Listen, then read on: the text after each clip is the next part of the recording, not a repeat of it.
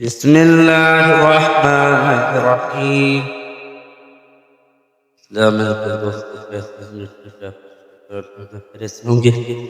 آج ہم بات کریں گے جو حدیث کے مطابق غصہ ختم کرنے کا طریقہ. حدیث کے مطابق آپ کو بتاؤں گا، آپ کو بتائیں گے حضرت غصہ ختم کرنے کا طریقہ.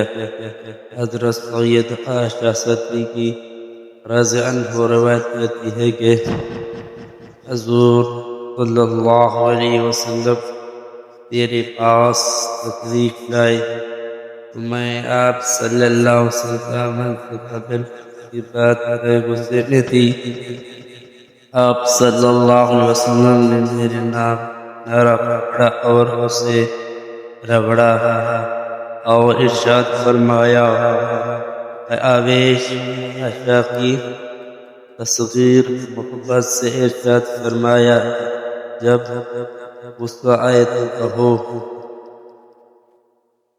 اللہم اغفر لی ذنبی واذهب غیظ قلبی وعذرنی من الشیطان.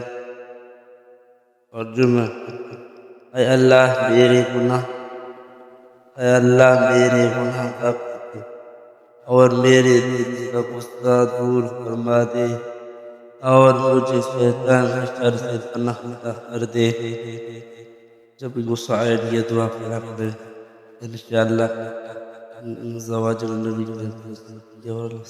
انشاءاللہ تعالیٰ یہ کبھی یہ غصہ نہیں آئے گا.